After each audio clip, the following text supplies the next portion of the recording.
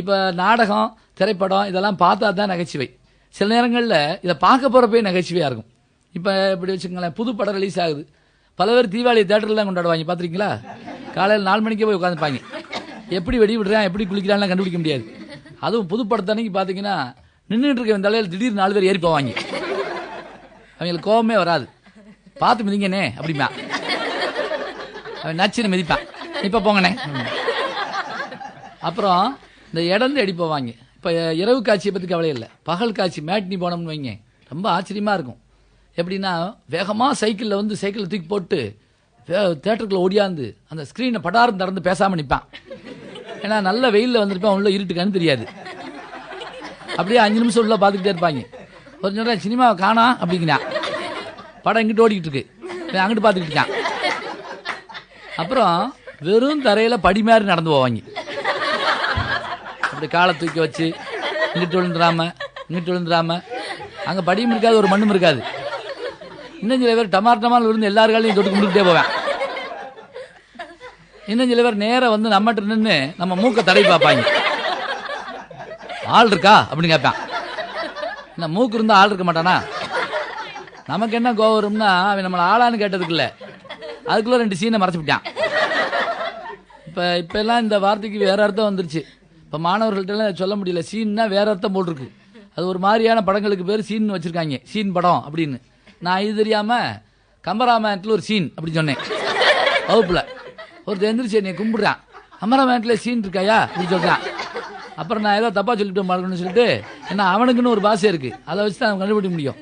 அப்புறம் கீழே விழுந்தாங்க பாருங்க, அவனை மூக்கெல்லாம் தடவை பார்த்து இப்படியே ஒவ்வொரு சேராக போய் கடைசி சேருக்கு போவேன். தமிழ்நாட்டில் கடைசி சேர் கிடையாது, கம்பி தான் வச்சுருப்பாங்க. டொம்முன்னு விழுந்துருக்கான்.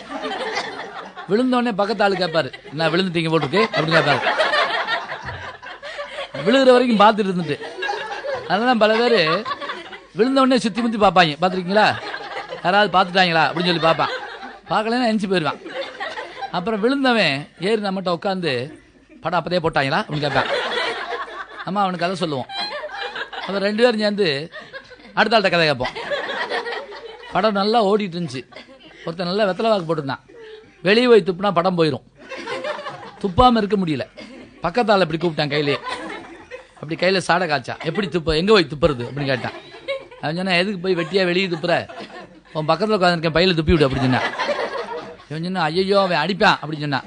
என்ன அடிப்பாங்கிற, நான் 1/2 மணி நேரம் உன் பையில தான் துப்புறேன், நீ அடிச்சியா?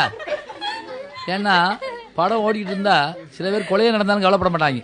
ஒருத்தன் வலது காதை அறுத்துட்டு போயிருங்க, என்னென்ன இந்த பக்கம் சவுண்டை காணா அப்படின்னு சொல்லுவேன். இதான் நடக்கும். பேச்சோ மற்றவையோ எதுக்கு இந்த நகைச்சுவை ஒரு கேள்வி கேட்குறோம். நகைச்சுவை எதுக்குன்னா, கேட்டார் பிணிக்கும் தகையவாய் கேளாரும் வேட்பமொழிவதாம் சொல் அப்படின்னு ஒரு திருக்குறள் இருக்கு. கேட்டோர் மகள வேண்டும், கேளாதர் பகைவர்களாக இருந்தாலும் அவர்கள் விரும்புமாறு பேச வேண்டும். இது 2000 வருஷத்துக்கு முதலே திருவள்ளுவர் சொல்லியிருக்காரு. கேட்டவங்கெல்லாம் மகளணும், கேட்காதவங்க வருந்தணும். இது மாறிடப்படாது. கேட்டாலாம் நொந்து போய் உட்காந்து கேட்காதல பார்த்து நல்ல வேலை நேற்று நீ வரல, பொண்ணு அத்துட்டான், என்னதை கொண்டா என்னத்தை அத்தான்னு தெரியாது, அவன் பேச்சதான் அப்படி சொல்கிறாங்க. அன்பிற்கினிய யூடியூப் நேயர்களே, நீங்கள் என்னோடு இன்னும் நெருக்கமாக தொடர்ந்து வர வேண்டும் என்று சொன்னால் இன்ஸ்டாகிராம், ட்விட்டர் போன்ற பதிவுகள்லையும் என்னை நீங்கள் தொடருங்க, பின்தொடர்ந்து வாருங்கள், நாம் எல்லோரும் முன்தொடர்ந்து செல்வோம்.